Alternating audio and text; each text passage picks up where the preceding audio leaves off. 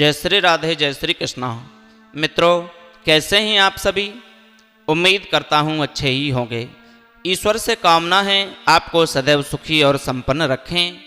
मित्रों, किस तरह से एक इंसान ने यमराज को भी चूना लगा दिया। आइए, यमराज और एक कुत्ता की कहानी है। इस कहानी के माध्यम से बहुत कुछ सीख मिलेगी।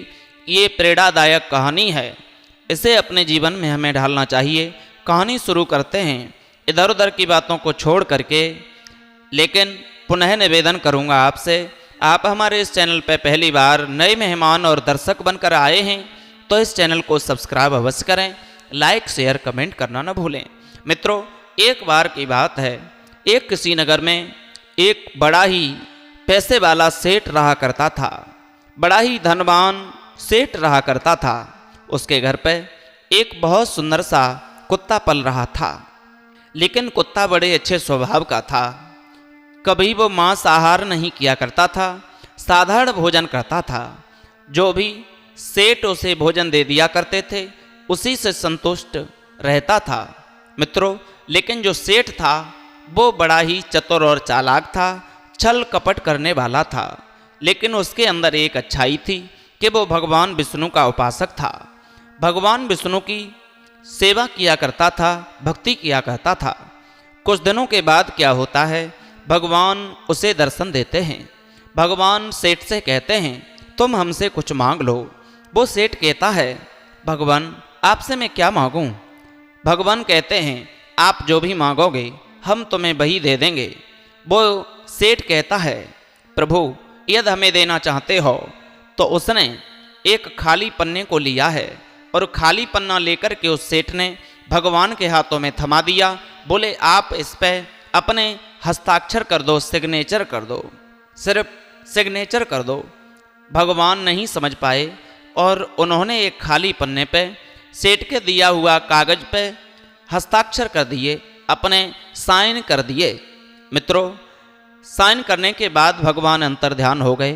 सेठ जो था वो भगवान के किए हुए साइन वाले पर्चे को हर समय अपने साथ में अपनी जेब में रख कर के रहता है। धीरे धीरे कुछ समय बीता।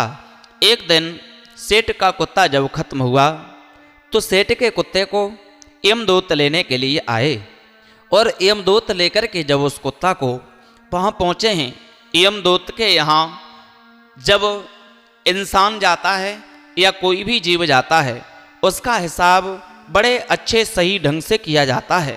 यदि अच्छा करते हैं तो उससे अच्छा फल मिलता है, बुरा करता है जो व्यक्ति, जो भी जीव, उसे दंड मिलता है। जब उस कुत्ते के बारे में, जीवन के बारे में देखा गया, इसने कितना अच्छा किया है, कितना बुरा किया है, तो देख कर के यमराज उस कुत्ता से कहते हैं, तुमने अपने जीवन में बहुत कुछ अच्छा किया है। एक श्वान होकर के भी, कुत्ता होकर के कभी किसी के साथ में अपयश नहीं किया है, कभी किसी के साथ द्वेष भावना की इच्छा नहीं रखी है, कभी भी तुमने दूसरे को हानि नहीं पहुंचाई है। जब भी की है किसी की तो रक्षा की है। इसलिए जो भी मांगना चाहो वो मांग सकते हो। आप भले ही यदि अब अगले जन्म में इंसान भी बनना चाहोगे तो हम तुम्हें कुत्ता से इंसान बना देंगे, मांग लीजिए। उन यमराज से वो कुत्ता कहता है, हे महाराज, मुझे इंसानों से बहुत डर लगता है। अरे मुझे तो इंसान नहीं बनना है। कुत्ता इंसान के बारे में यमराज को समझाने लगा, मैं इंसान क्यों नहीं बनना चाहता हूँ, क्योंकि इंसान जो है, मैं इंसानों के बीच में रह कर के उनकी सबरी असलियत जान चुका हूँ, पहचान चुका हूँ। क्योंकि इंसान एक छल कपटी हुआ करता है और वो इंसान हर किसी के साथ में छल कर सकता है, कपट कर सकता है। अपने मतलब के लिए वो इंसान, कहने का मतलब, गधा को भी बाप बना लेता है। इंसान के अंदर वो खूबियाँ हैं, यदि मैं आपको बताएंगे तो आप भी सुन करके दंग रह जाएंगे। यमराज कहते हैं, हे श्वान, आप जो भी कहना चाहते हो निश्चिंत होकर के कहिए। कुत्ता कहता है, मैं इसलिए इंसान नहीं बनना चाहते क्योंकि इंसान इतना मतलबी है, इतना छल कपटी है, एक लालच के पीछे एक दूसरे इंसान को मारने से भी बिल्कुल नहीं डरता है, उसे पल भर में मौत के घाट उतार देता है। वो ये नहीं सोचता क्या हमारे हाथों से ये पाप हो रहा है या पुण्य हो रहा है। यहाँ तक इंसान जो है वो छल कपट उसके अंदर कूट कूट करके भर दिया है। और मैं इंसानों से बचकर रहना चाहता हूँ, मैं इंसानों के बंधन में जीवन नहीं जीना चाहते हैं अब। और कहता है वो कुत्ता, यहाँ तक यदि मैं उस इंसान के बारे में आपको सारी हकीकत बताएंगे तो आप उन हकीकतों को सुन करके दंग रह जाएंगे, और इतनी सामर्थ्य नहीं है जो सारी हकीकत बता सकें। कुछ बातें और बता रहा हूँ। कुत्ता कहता है यमराज से, यहाँ तक होता है इंसान इंसान को धोखा दे सकता है, वो इंसान भगवान को भी धोखा दे देता है।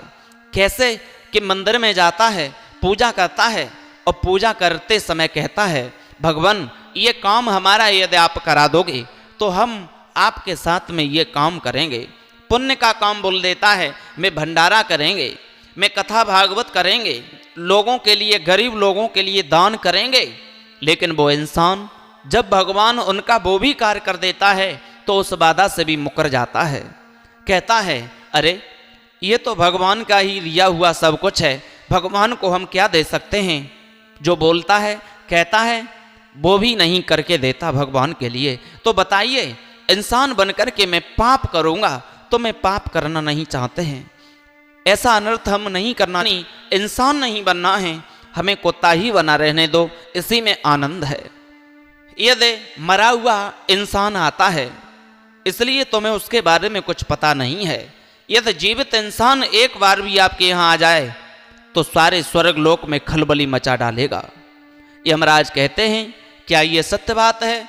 कुत्ता कहता है हाँ बिल्कुल सत्य है, आप अजमा लीजिए।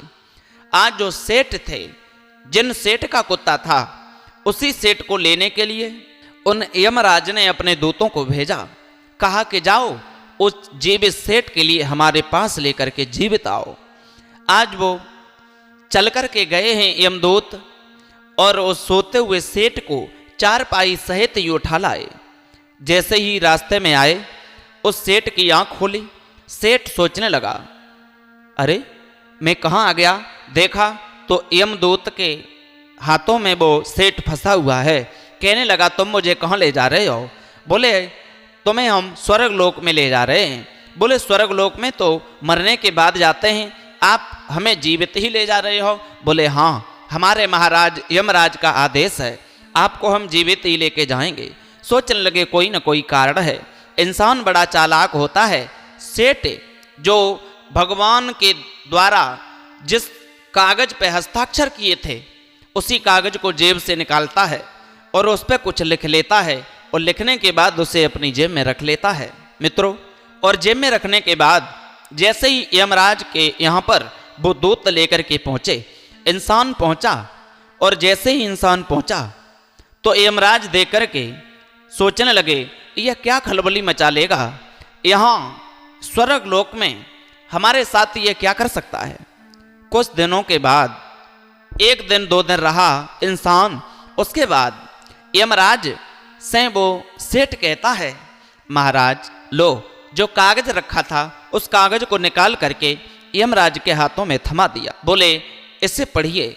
जैसे ही उसने पढ़ा, यमराज ने उस कागज को पढ़ा तो उसमें लिखा था कि जैसे ही ये सेठ आपके पास यमराज आए तो अपनी गद्दी को इसके हवाले कर देना। और नीचे भगवान के हस्ताक्षर थे मित्रों। हस्ताक्षरों को देख करके यमराज दंग रह गए। सोचने लगे हो सकता है मेरी अनुपस्थिति में भगवान यहाँ आए हों और ये कागज इसे दे गए हों, चलो मैं इसे अपनी गद्दी को सौंप देता हूँ। यानी वो यमराज की गद्दी को इंसान कब्जा लेता है, यानी वो सेठ उस गद्दी पे बैठ जाता है। और जब गद्दी पे बैठ गया, जहाँ यमराज की हुकूमत चलती थी वहाँ वो इंसान अपनी हुकूमत चलाने लगा। यमराज को एक पहरेदार बना देता है, यानी एक नौकर बना देता है। जहाँ यमपुरी में रहने वाले लोग थे सब देखने लगे, देखो ये इंसान है, और इंसान ने आते ही आते यहाँ जो कुत्ता कह रहा था वो सत्य है कि खलबली मचा देगा, इसने खलबली ही मचा दी स्वर्ग लोक में। ये स्वयं राजा बन के बैठ गया, यमराज बन गया। कुछ समय बीतने के बाद भगवान को पता पड़ा कि यमराज की गद्दी को और एक इंसान ने छीन लिया है, यानी वो इंसान बैठा हुआ है उनकी गद्दी पे। भगवान स्वयं चल कर के गए और भगवान चल कर के देखते हैं तो इंसान उठ कर के खड़ा हो गया, भगवान को प्रणाम करने लगा। भगवान मुस्कराए, सोचने लगे ये तो मेरे भक्त का कुछ करा धरा काम है। आज जैसे ही यमदूत सामने आए भगवान के, भगवान से हाथ जोड़कर बोले, भगवान ये एक इंसान यहाँ पर जैसे ही आया है, इसने स्वर्ग लोक में खलबली को मचा कर के रख दिया है, लेकिन ये राजा एक मेरी गद्दी को भी इसने कैसे ले लिया? क्या आप लेकर के देके गए थे?